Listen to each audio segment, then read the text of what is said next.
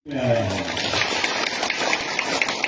मेरे को विश्वास है ये पंचायत नहीं है, ये मंत्रियों की पंचायत नहीं है, ये समाज के बुजुर्गों की, समाज के तमाम लोगों की माता बहनों की और हमारे जितने कार्यकर्ता है, ग्राम सभा के सदस्य है, सरपंच है, समाज के बुजुर्ग है, इन सब लोगों की एक पंचायत है जिसमें मैं आके अपनी बात रख रहा हूं। मेरे को अफवाह मत देना। मेरे को बताया गया कि भाई मैं सूरजागढ़ के बारे में बोलूं। मेरे को ये भी बोला गया है कि जो पुलिस की दमनशाही अपने ऊपर चलती है, जो पुलिस तकलीफ देती है ग्राम सभा के सदस्यों को, मैं उनके बारे में भी मैं बोलूंगा, आखिरी में बोलूंगा। पहले मैं जो बात बोलना चाहता हूं, ये माइक दे दो।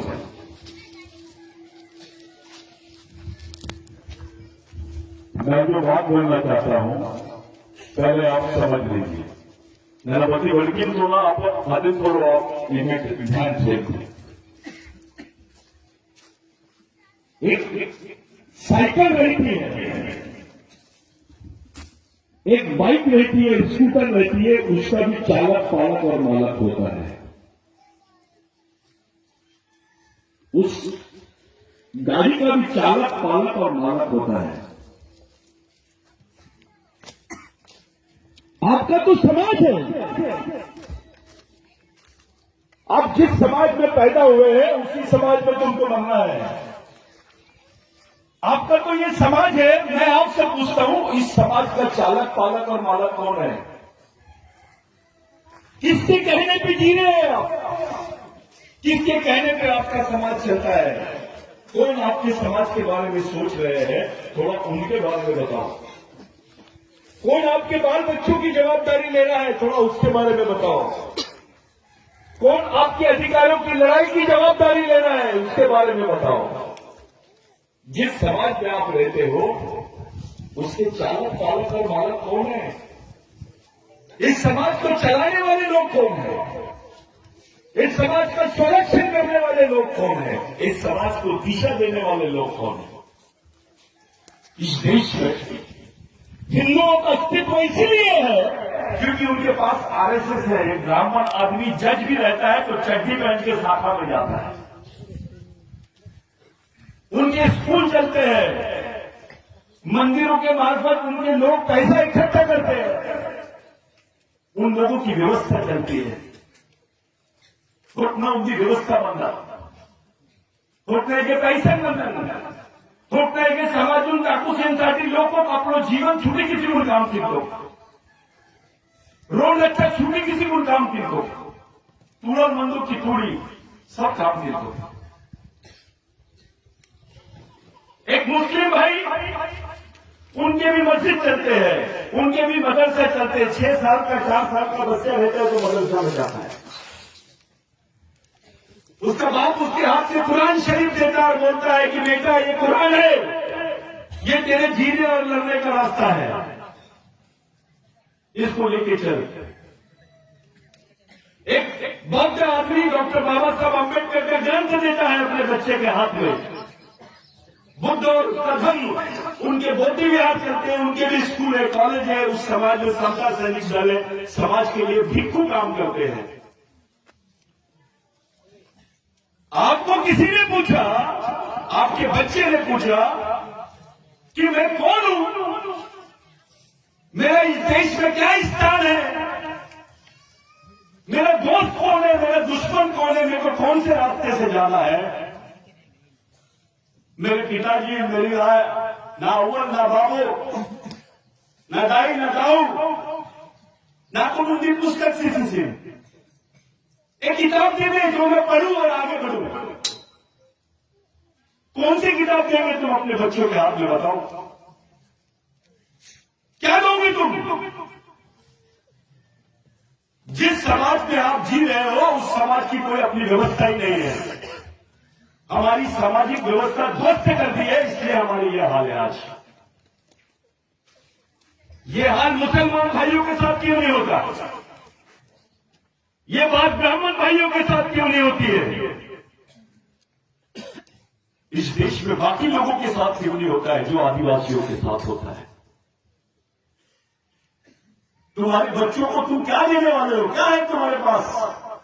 अरे खाना तो गाय भी अपने बच्चे को दूध दे देती है, बकरी भी अपने बच्चे को दूध पिला देती है, कुत्ता भी कुत्ते भी अपने बच्चे को दूध पिला देती है। जानवर और इंसान में एक फर्क है कि जानवर अपने बच्चे को पालता है, इंसान अपने बच्चे को पालन भी करता है और पोषण भी करता है। पोषण का मतलब होता है उसको विचार देना, उसको बताना कि तू कौन है, तुमको क्या रहना है, कैसे जीना है, कौन तेरा दुश्मन है बेटा, कौन क्या है, ये समाज है, ये इस मार्ग से चलना है। ये बात तो हम लोग सोचते ही नहीं। इतना बड़ा परिसर है गढ़चिरौली जिला आदिवासियों के लिए आरक्षित है, 5वीं अनुसूची के क्षेत्र है, ग्राम सभाओं में अपना अधिकार है। आलापल्ली में आदिवासियों का कोई भवन है क्या जहां पे आप शादी कर सको, बैठ सको? अरे इस गढ़चिरौली जिलों में आदिवासी का कब्रिस्तान भी नहीं है।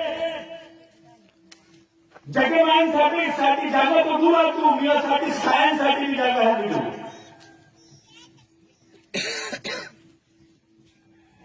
सब तो हमारे राजा हमारे थे यहां पर। जिस कौम के लोग राजा होते हैं उनकी हालत कैसी है? उसके बदन के कपड़े क्यों नहीं है? उसके पेट में रोटी क्यों नहीं है? उसके घर के झोपड़े में लाइट क्यों नहीं है? उसके घर में राशन क्यों नहीं है? उसकी बच्ची को पढ़ने के लिए किताब क्यों नहीं है? आधा बदन कपड़े पहनने क्यों है? ये बात कोई नहीं सोचता है। 13 साल की आदिवासी लड़कियों के हाथ में बंदूक है। सवाल ये खड़ा होता है कि ऐसी कौन सी मजबूरी है कि हमारी बच्चियों के हाथ में बंदूक आज लड़ रहे हैं? देश में कौन सी समाज की लड़कियों के हाथ में बंदूक है बताइए? कौन से समाज के लोग हैं जिनके हाथ में बंदूकों से भी लड़ने के बाद उनके प्रश्न नहीं छूट रहे? हमारे लोगों के साथ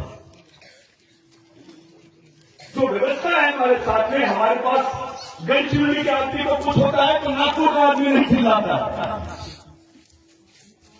चंद्रपुर के आदमी को कुछ होता है तो गढ़चिरौली का आदमी नहीं चिल्लाता। जो सामाजिक ताना बाना है, एक दूसरे से जो सामाजिक संबंध है वो टूट गए हैं।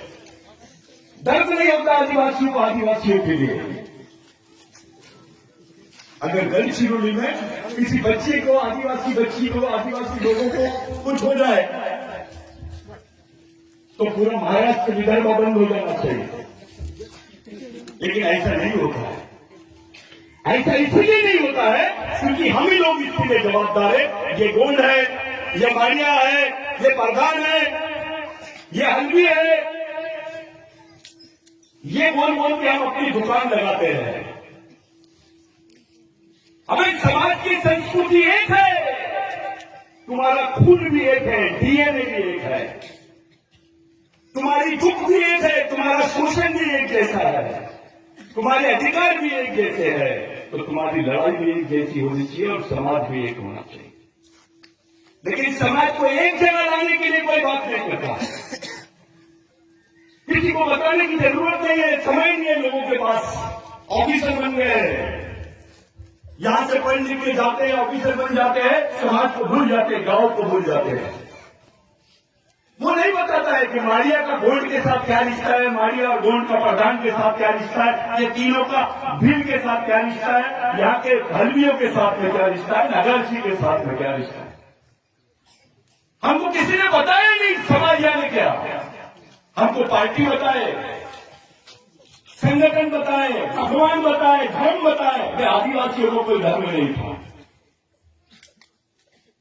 इस देश में जब भगवान पैदा नहीं हुए थे तब से आदिवासी रहता है।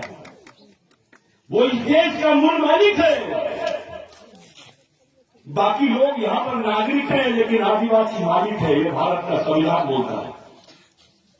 लेकिन कोई मानता नहीं है इसको। क्या देख रहे हैं आप? जो जो आदिवासी एरिया है वहां पे लूट हो रही है। इनकी नजर हमारी जमीन पर है, उस जमीन पे जुड़े हुए खनिज पर है, वहां पानी है, जंगल है, सोना है,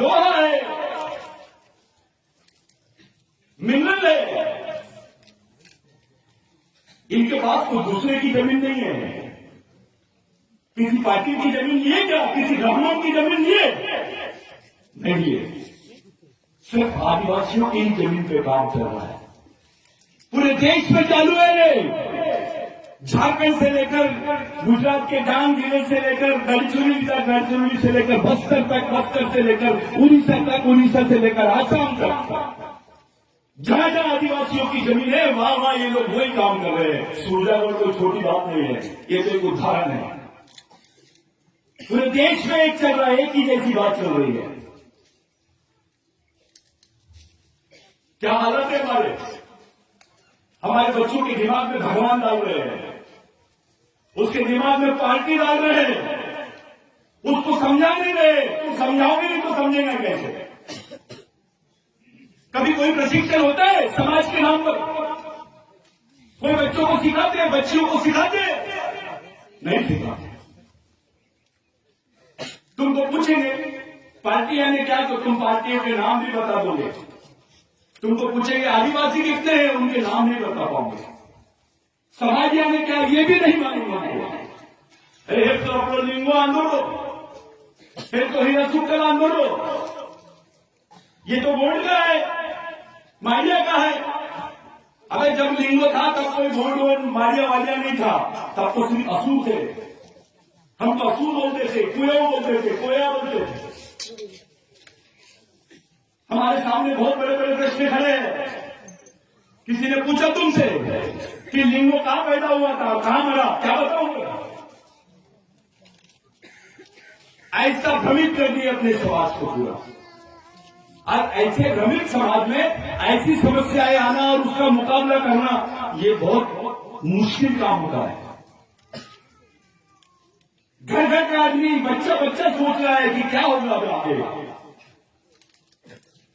रोजगार के नाम पे क्या मिल रहा है? चौकीदारी की नौकरी। पहले 20,000 देते, फिर 16,000 करते, फिर 14,000, फिर 10,000 और फिर 8,000। 10 घंटे खड़ा रहता है वो बच्चा, उसी की नजर के सामने माल निकाल रहे। वो मालिक है, चौकीदार बन गया है। जो मालिक है वो चौकीदार है। हमारी मां बहनें रस्ते में झाड़ू मारती है, धूल साफ कर रही है, बच्चों को निंदा आएगी कोई नूनू का पुनिंदा बेटा है। अरे ये तो मालिकानी नहीं किया, इन नेता मालिकानी नहीं, जमीन तो मालिकानी नहीं मिली, इतना पुलिस के रखो।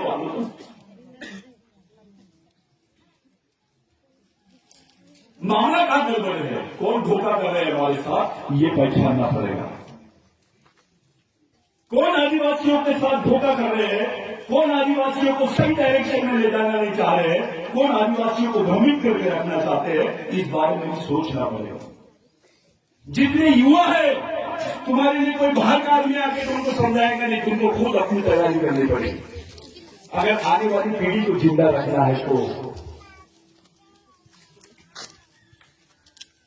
सब लोग बात करते हैं शहर के बाहर, आप लोग तो यहाँ खड़े, सूरजागढ़ की चर्चा तो बंबई में भी होती है और दिल्ली में भी होती है। सूरजागढ़ का प्रोजेक्ट चल रहा है, आदिवासी क्षेत्रों में प्रोजेक्ट चल रहा है, आदिवासी में बहुत नौकरी मिल रही है, आदिवासी के लड़कों को बेरोजगार लोग लग गए हैं, अभी उनकी स्थिति बहुत अच्छी है। एक एक आदिवासी आदमी 25,000 50,000 कमा रहा है। दूसरे तो बोल ही रहे हैं ऐसी छोटी बातें, अपना नेता भी बोलता है, अपने लोग भी बात करते हैं, खुल के कोई सच्चाई सामने नहीं रखता है। बड़ी बात बताता हूं मैं, मेन बात से शुरू करते हैं। भारत सरकार ने संयुक्त राष्ट्र संघ में, जिसको यूनाइटेड नेशंस बोलते हैं, एक भारत का संविधान और एक विश्व का संविधान, पूरे देश विश्व के जितने राष्ट्र थे वो मिलकर संयुक्त राष्ट्र संघ, जहां विश्व के सभी देशों के लोग रहते हैं, वो संयुक्त राष्ट्र संघ में भारत सरकार ने बोला 1993 में कि भारत में आदिवासी नहीं रहते। अरे ये तो छोटी बात है भाई, वो तो सीधा बोल रहे हैं कि भारत में आदिवासी नहीं रहते हैं।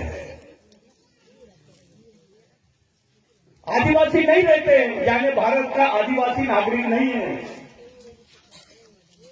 यानी जो मालिक है वो नागरिक भी नहीं है, ऐसी स्थिति बना दी है तुम्हारी।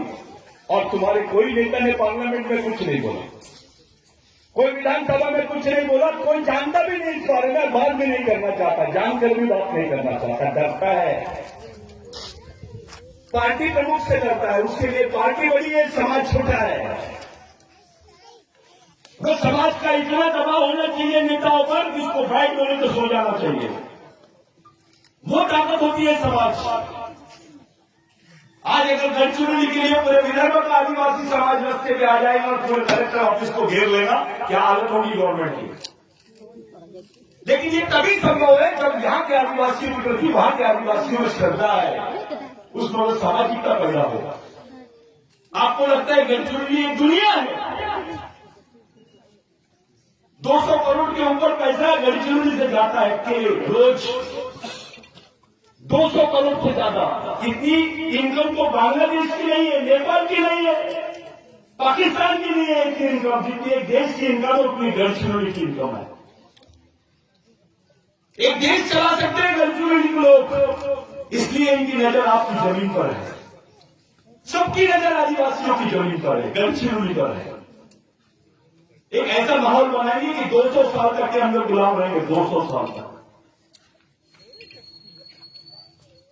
क्या मामला है, कहां गड़बड़। मेरे को डर लगता है गढ़चिरौली में मेरे खून के लोग रहते हैं, बावजूद उसके मेरे को आने में डर लगता है। बाहर का कोई भी बच्चा आने से डरता है, लेकिन बाकी लोगों को डर नहीं लग रहा है। सब काम खुलेआम चल रहा है। क्या मामला है, ऐसी परिस्थिति क्यों है। ये किसकी जमीन है, ये बाबूराव शेरमाके की जमीन है। जो तुम्हारे हिस्से में जमीन आई है, उसके लिए बाबूराव शेरमाके को फांसी पे चढ़ना पड़ा था, याद रखो। 1911 के पहले के जितने रिकॉर्ड है, वो रिकॉर्ड इसकी गवाह है कि बाबूराव शेरमाके के आंदोलन के बाद ही आदिवासियों को यहां जमीन आवंटित हुई है। राजाओं के पास में जमीन थी तो भी हमको आवंटित नहीं हो पाई थी, उसके बाद हुई है। बाबूराव शेरमाके के साथ गोंड था, प्रधान था, माविया था, मुसलमान पठान था, ओबीसी था। बाबूराव शेरमाके का आंदोलन कौन सा था, वो तो जमींदार था। उसको क्या जरूरत थी कि गढ़चिरौली में दंडकारण्य में पूरा आंदोलन चलाने की। एक ऐसी परिस्थिति भी थी, मैं नाम नहीं बताऊंगा वो गांव का, जहां पर आदिवासी भाइयों को ब्लाउज पहनने पर टैक्स देना पड़ता था, उनको कर देना पड़ता था। पैसा सीएम नागलू अब लोग बोलकर कर वो ब्लाउज पहन नहीं सकते थे, यहाँ का तन नहीं ढाक सकते थे। ये हालत थी हमारी। राजा हमारे थे, लेकिन पूरा हाल यहाँ पर पूरा राज्य जो था वो ब्राह्मणों के हाथ में था। इस क्षेत्र में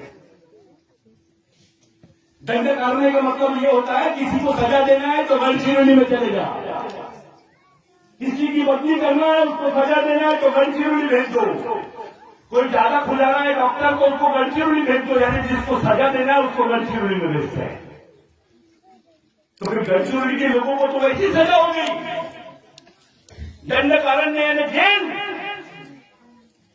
कि हम लोग जेल में, जो मालिक है वो जेल में कैसे रहेगा। आप लोगों के लिए, मेरे लिए बाबूराव शेरमाके का जो आंदोलन है उसको पहचानना पड़ेगा आपको। अरे राजाओं के खिलाफ में भी आंदोलन किया बाबूराव शेरमाके ने, एक एक आदमी की जमीन पर काम किया। आप लोग इस क्षेत्र का जो इतिहास है, यहां 11 बार बाबूराव शेरमाके आया।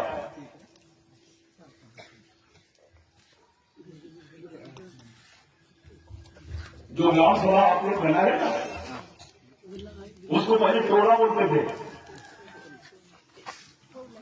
पेन कला हिंदू कपूर, पेन कला जाने मानते नहीं, जहां आप अपने मरे हुए लोगों के जो पेन बनाते हैं उसको पेन कला बोलते हैं, वहां सब जमा हो जाते हैं। अरे पेन कला हिंदू कपूर,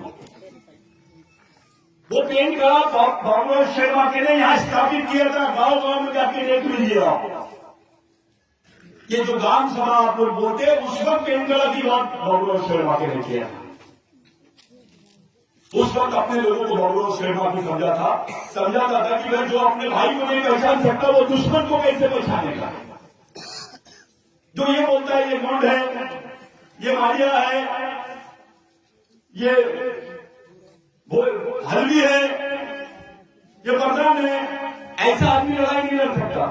ऐसे आदमी को गांडू बोलते हैं। ये आदमी लड़ाई के लायक नहीं होता। जो अपने भाई को नहीं पहचान सकता वो दुश्मन को क्या पहचानेगा। लड़ाई के मैदान में ऐसे आदमी की कोई जरूरत नहीं है जो जातिवाद करता है, व्यक्तिवाद करता है, पार्टीवाद करता है, क्षेत्रवाद करता है। ऐसे आदमी की जरूरत नहीं है। केवल समाज और समाजवाद पे बात करने वाले आदमी की समाज की जरूरत है। और समाज के सामने कितना बड़ा ऑफिसर है, मंत्री है या मजदूर है, सब समान है। सबका योगदान समान होना चाहिए। ऐसा नहीं कि वो बहुत पढ़ा लिखा है तो उसको ज्यादा समझता है, बिल्कुल नहीं। डॉक्टर आम्बेडकर को पढ़े लिखे लोगों ने धोखा दिए थे। ये जो माहौल बन रहा है पूरे देश में कि भारत में आदिवासी नहीं है, यानी हमारे समाज को ही खतरा हो गया है।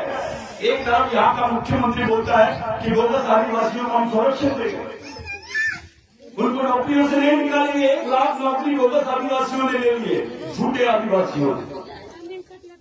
और सरकार बोलती है हम इनको प्रोटेक्शन देंगे। यानी तुम्हारे खिलाफ में कितने बड़े बड़े जजमेंट हो रहे हैं। एक तरफ बोगस आदिवासियों को संरक्षण, दूसरी तरफ ये बोलते हैं कि भारत में आदिवासी नहीं रहते। आप नहीं रहते हो, आपकी नागरिकता भी मान्य नहीं कर रहे लोग। अरे तुम आदिवासी हो करके जमीन का टुकड़ा बचा हुआ है तुम्हारे पास। क्योंकि बिरसा मुंडा का आंदोलन, टंटा भील का आंदोलन, बाबूराव शर्मा के का आंदोलन, खास करके बिरसा मुंडा का जो आंदोलन चला 1898 में, पहला लैंड एक्विजिशन एक्ट बना। 1 लाख लोग मरे उसमें। विश्व युद्ध में इतने लोग नहीं मरे जितने आदिवासी जमीन के आंदोलन में मरे। उस आंदोलन की वजह से ब्रिटिश गवर्नमेंट ने कानून बनाई इस देश में, जिसको भूमि संपादन अधिनियम बोलते हैं, जिसमें लिखा गया कि आदिवासी की जमीन गैर आदिवासी आदमी नहीं ले सकता है। और गैर आदिवासी को क्या सरकार भी नहीं ले सकती है। उनकी नजर हमारी जमीन पर थी। वो लड़ाई लड़े हमारे लोगों ने। क्या बाबूराव शर्मा के पागल था, टंटा भील पागल था, राघोजी भांगरे पागल था। अरे तुम्हारा बच्चा आज तुम्हारे लिए जान नहीं दे सकता है। तुम्हारे बच्चा, तुम्हारे 2 भाई रहेंगे तो आधी आधी जमीन के लिए झगड़ा लड़ते हैं। बाबूराव शर्मा के लिए हंसते हंसते फांसी के फंदे पे खड़ा दिए उसको। फांसी का फंदा टूट गया, दोबारा फिर से उसको फांसी पे चढ़ाया। फांसी देने के बाद में उसकी लाश बराबर में रहना चाहिए करके चूल्हे के भट्टी में डाले उसको। जो आदिवासियों की लड़ाई लड़ रहा था उसके साथ क्या क्या किए, तो भी हमारे समाज को समझ में नहीं आता है कि बाबूराव शर्मा के विचारों को हम लोगों ने अपनाया क्यों नहीं। ये इतना बेईमान समाज है आदिवासी समाज का। यहाँ अपने लोग चंद्रपुर, नागपुर, गढ़चिरौली, ये इतने बेईमान है कि बाबूराव शर्मा के का बच्चा, उसकी पत्नी, उसकी मां कहां गए किसी ने नहीं बताया। उनका कोई अता पता नहीं है, रिकॉर्ड पे दर्ज नहीं है कि बाबूराव शर्मा के मारने के बाद में उसके बच्चे का, उसकी पत्नी का, उसकी मां का क्या हुआ। वो जमीन जो 2 लाख हेक्टेयर जमीन की, 2 लाख हेक्टेयर इस बेल्ट में, गढ़चिरौली बेल्ट में 2 लाख हेक्टेयर जमीन आदिवासियों को मिली है। कौन से राजा ने दिया तुमको? कौन से भगवान ने दिया? राम भगवान ने दिया? अबे जमीन किसने दिया तुमको? बाबूराव शर्मा के ने दिया। तुम्हारा भगवान कौन? बाबूराव शर्मा की। जब तुम्हारे पास आरक्षण नहीं था, नौकरियां नहीं थी, तो जमीन ही तुम्हारे जिंदा रहने का आखिरी साधन था। वो जमीन का टुकड़ा तुम्हारे हिस्से में बाबूराव शर्मा की वजह से आया। हम उसी को भूल गए। शाहरुख खान का फोटो दिखता है घर में, सोनिया गांधी का फोटो दिखता है, नरेंद्र मोदी का फोटो दिखता है। अगर बाबूराव शर्मा के कहा गया, बिरसा मुंडा कहा गया, टंटे भी कहा गया, क्योंकि तुमने अपनी समाज की सोच को खत्म कर दिया। ये लोगों ने समाज के लिए हंसते हंसते फांसी का फंदा लगाया। जीसस क्राइस्ट क्रॉस पे खड़ा कर दिया, उसको तो भगवान माना गया। ये तो तुम्हारे लिए फांसी के कट्टे पे खड़े थे। तुम्हारा बच्चा कर सकता है आज? हो तुम्हारे बच्चे को बेटे किंवा पोरण नेता दिले की नासाठी मी फाशीचा तक्ता द्या ना बाबा, है ना? अरे मी पण शियोर अव्वल बाबन भोले मान करो, नौकरी लाग चुका अव्वल बाबन भोले मान करो, बायकोला पत्र हमको। ऐसे परिस्थिति में बबलू शर्मा के लिए समाज के लिए कुर्बानी किया। मैं जब से आ रहा